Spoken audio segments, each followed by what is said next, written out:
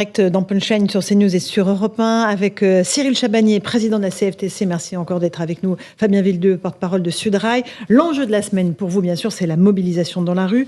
Va-t-elle s'essouffler? Va-t-elle tenir dans la durée? Il y a un nouveau rendez-vous qui est fait pour jeudi. Puis surtout, va-t-on vers un pays bloqué à l'horizon du mois de mars? Explication de Thomas Bonnet. Je vous passe la parole ensuite.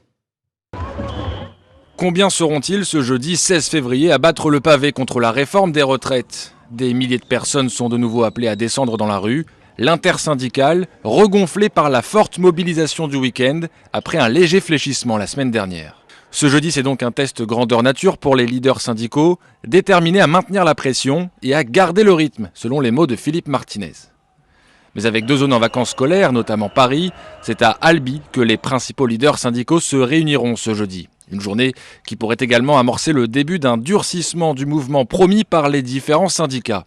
Dans un communiqué, ils se disent prêts à mettre la France à l'arrêt selon leurs propres termes. Un texte également signé par la CGT et son leader, Philippe Martinez. Ce 7 mars, c'est l'occasion de montrer à l'échelle du pays cette volonté de voir refuser cette réforme. C'est un temps très très fort de mobilisation avec des arrêts de travail. L'arrêt, ça veut dire ce que ça veut dire. Partout. Le spectre d'une grève reconductible, cela divise. Il faut reconduire, même bloquer tout. Même. Comme ça, ils empochent plus de sous, comme ça, ils réfléchissent. Il pourrait y avoir d'autres moyens, disons, que de faire continuellement des grèves comme ça et paralyser tout un pays. L'intersyndicale dit encore réfléchir aux différentes actions qui pourraient être décidées. Une chose semble d'ores et déjà actée, le 8 mars, journée internationale du droit des femmes, sera aussi marquée par des mobilisations. Cyril Chabagnier, vous êtes président de la CFTC. Est-ce que vous craignez que le mouvement ne se radicalise? Parce que vous réunissez beaucoup de monde dans la rue, c'est la 3e fois, on est pratiquement 1 million à chaque fois, et il ne se passe rien en face. Est-ce que vous avez peur que les gens se disent « mais à quoi ça sert si on manifeste pacifiquement ?» En fait, il faut tout casser pour être entendu dans ce pays. D'abord, c'est un grand succès. Mettre 4 fois plus d'1 million de personnes dans la rue, je crois qu'on peut partir de là, et c'est absolument incompréhensible que le gouvernement n'écoute pas les syndicats et la population quand on met 4 fois 1 million de personnes dans la rue. Ensuite, évidemment qu'il y a cette crainte, parce que beaucoup de personnes qui sont avec nous disent, mais quand même, c'est historique de mettre 4 fois à un mois plus d'1 million de personnes dans la rue.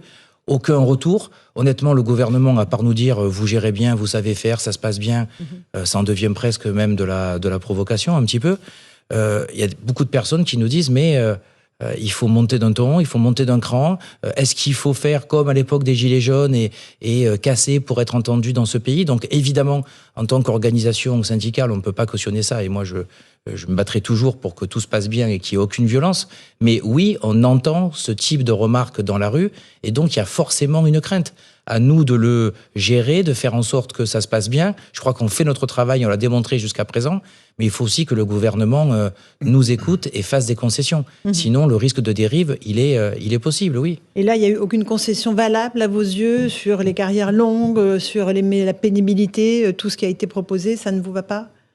Non, mais sur l'ensemble des mesures, parce qu'on parle toujours du report de l'âge, mais en tout, il y a une 50aine de mesures. Donc, il y en a toujours quelques-unes qui vont dans le bon sens. Par exemple, sur les carrières longues, ceux qui sont avant 16 ans sont plutôt gagnants par rapport à aujourd'hui. Sauf que des personnes qui ont commencé entre 14 et 16 ans, il y en a quasiment plus. Donc, vous voyez que c'est une mesure. Par contre, les 17-18 ans, où il y en a encore beaucoup, eux sont perdants. Donc vous voyez que à chaque fois, la proportion n'est pas la même. Donc on peut trouver 3-4 mesurettes, c'est presque mathématique. Quand il y a 50 mesures, il y en a toujours 3-4 qui vont dans le bon sens. Mais c'est extrêmement peu. Il y a un énorme travail à faire sur l'emploi des seniors. C'est l'enjeu capital. On crée un index, très bien, ça va dans le bon sens. Sauf qu'on pénalise financièrement si l'entreprise ne publie pas l'index. Mais n'importe qui est capable de publier l'index. Ils vont en publier 18 par jour, c'est pas un souci. Il faut pénaliser si l'index n'est pas bon et si l'emploi des seniors n'est pas respecté. C'est là où il faut pénaliser, pas le fait de publier ou pas. Ou peut-être vous voyez, donc ça va pas assez loin. Plutôt que coercitif toujours, peut-être inciter les entreprises à embaucher plus de seniors. Alors, les inciter, en tout cas, cet index peut se faire dans un premier temps, et si au bout d'une première année, les chiffres sont pas bons, on laisse 1 an pour régler le problème, et la 2e année, on punit. Mais on peut pas punir sur le fait de pas publier. Il faut punir parce que le chiffre est mauvais. C'est quand même pas la même chose.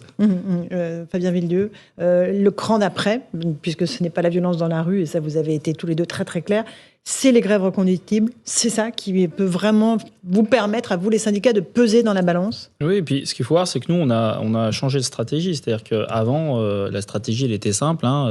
Les cheminots, en tout cas, on partait en grève reconductible et il y avait tel ou tel secteur qui venait avec nous. C'est ce qui s'est passé en 95, c'est ce qui s'est passé en 2010, c'est ce qui s'est passé à chaque fois, y compris en 2019, sur le système de retraite à points. Bon, là, on avait décidé de changer de stratégie, de faire un certain nombre de temps de mobilisation, interprofessionnel, ce qui permet y compris de faire des prises de conscience. Moi, je crois beaucoup aux prises de conscience collectives, notamment dans les mobilisations, qui fait la démonstration qu'effectivement, faire une journée, c'est bien, c'est important, il faut les faire.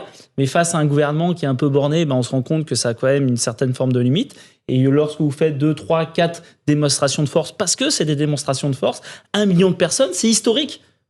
4 fois 1 million de personnes, c'est historique.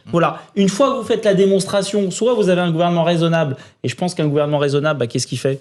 Il recule son projet, il se dit effectivement, j'arrive pas à le faire passer. C'est pas un problème de communication. J'ai beau répéter en permanence, ce qui se passe, c'est qu'il répète en permanence, et qu'est-ce qu'il fait ? Il se prend les pieds dans le tapis. Il y a l'histoire, effectivement, pour les femmes, où on s'est rendu compte qu'elles n'étaient pas si gagnantes que ça. Maintenant, c'est les histoires de pension à 1 200 €, où on passe il y avait quasiment 2 millions de personnes. Tout le monde aura le droit, où ils seront à moins de 200 000. Donc ils se prennent les pieds dans le tapis. Donc toutes ces prises de conscience, toute cette logique fait qu'effectivement, en tout cas nous à Sudrail et à Solidaire, on pense qu'à partir du 7 mars, il faudra partir en grève reconductible. Par ailleurs, ça sera la fin des vacances scolaires. Tout le monde sera revenu de vacances, tout le monde sera zen et on pourra y aller. Grève reconductible, Éric Revel, ça veut dire quoi ?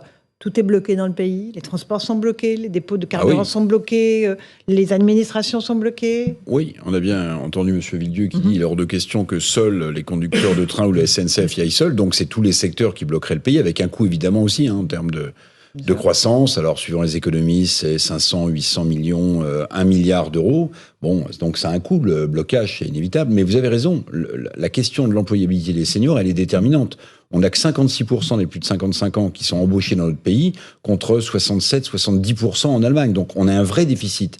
Mais vous en appelez à une taxe pour éviter que les entreprises virent trop facilement leurs plus de 55 ans. En fait, ça existait. Ça s'appelait la contribution de Lalande. Je ne sais pas si vous vous en souvenez, en 2003. Et cette contribution taxait les entreprises qui viraient leurs seniors. Mais résultat des courses, cette taxe a été abandonnée parce qu'en réalité, les entreprises, ensuite, ce qu'elles faisaient, elles n'embauchaient plus des gens qui avaient 50 ou 45 ans parce qu'elles allaient être taxées si elles les viraient ensuite. Donc, je comprends l'idée de la contrainte financière pour les entreprises.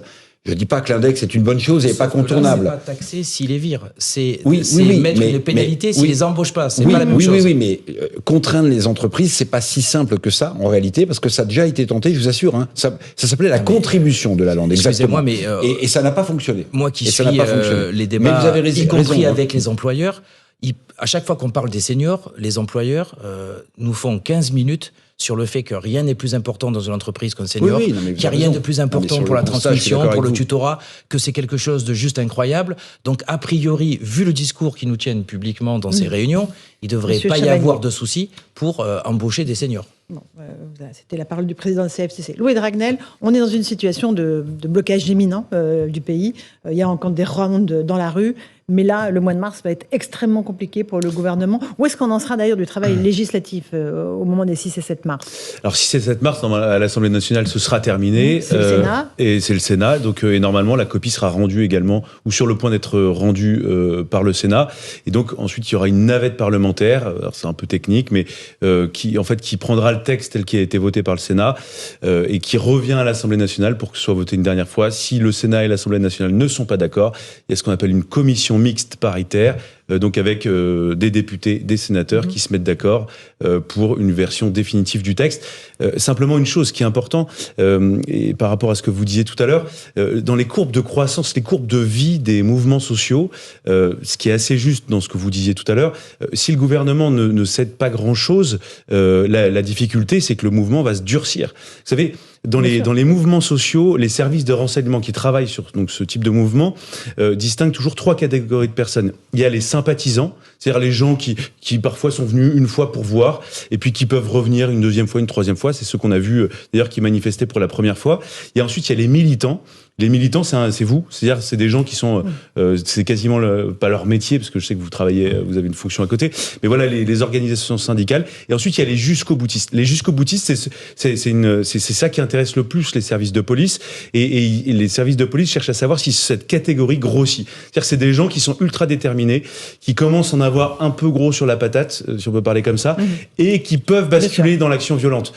Et donc voilà, la question quand même qui va se poser dans les prochaines semaines, c'est est-ce que le mouvement va se radicaliser, se durcir, et là pour le coup il va falloir faire très attention. Enfin vous devrez faire très attention pour tenir vos troupes, et à mon avis ce sera Monsieur pas Chabagnier, évident. vous voulez répondre à ce que dit Louis de Ragnel? Oui, non, mais on a dit qu'il y a toujours un risque. À partir du moment où on n'est pas écouté, le risque de radicalisation est forcément un risque qu'on doit prendre en compte. Mais j'ai beaucoup entendu parler de blocage, de grève reconductible.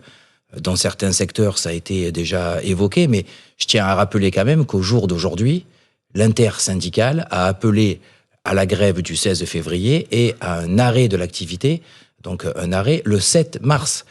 Nulle part, pour l'instant, l'intersyndicale n'a parlé de grève reconductible. Donc, on verra par la suite, on va continuer à se voir.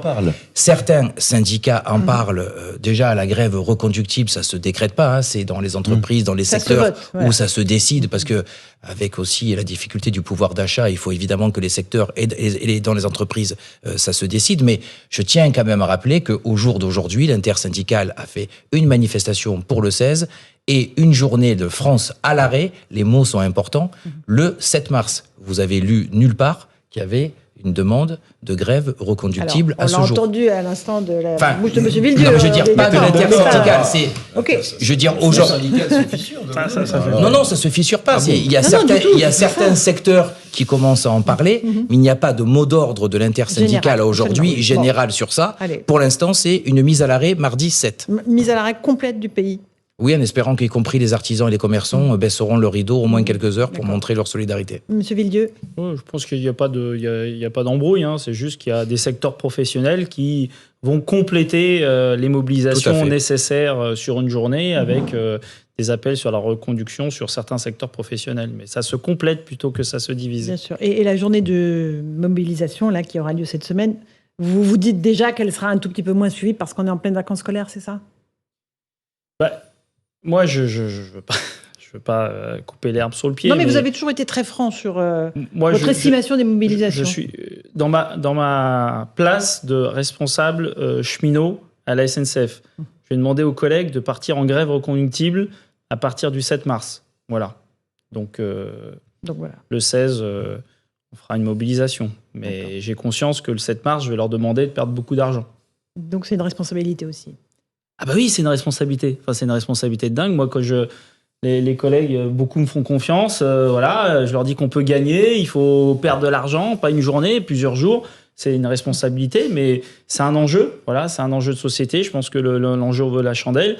Et que par ailleurs, je pense qu'on peut gagner. Voilà, je pense que le gouvernement est pas si à l'aise que ça dans ses baskets. Que chaque semaine, il y a une nouvelle surprise, des nouvelles prises de conscience. Et tout ça alimente. Moi, souvent, je le dis, la victoire, c'est dans la tête. Donc, si déjà vous croyez que vous pouvez gagner, la moitié du chemin est fait. Il ne faut pas regarder, Monsieur Chabagnier, votre il faut pas regarder date par date parce que il y a, selon le jour de la semaine, c'est pas la même chose. Il y a des moments des vacances scolaires, pas vacances scolaires. Donc, aller regarder chaque date, dire là, il y en a un peu plus, là, il y en a un peu moins. Honnêtement, ça n'a pas beaucoup de sens. Ce qui est important, c'est que, les personnes sont extrêmement motivées et souhaitent continuer. Certains nous disent, là, je fais une pause sur cette journée-là parce que financièrement, c'est compliqué. Mais celle d'après, je reviendrai parce que ça sera le mois de mars, parce que c'est un autre mois de salaire, parce que ça impactera différemment mon salaire. Donc, voilà. Ce qui est important, c'est la motivation. Le reste intact. Les gens nous demandent de continuer, d'aller jusqu'au bout. Et très honnêtement, vous verrez que la mobilisation aura encore du succès et peut-être que celle d'après, s'il y a une légère baisse là, sera bien plus importante.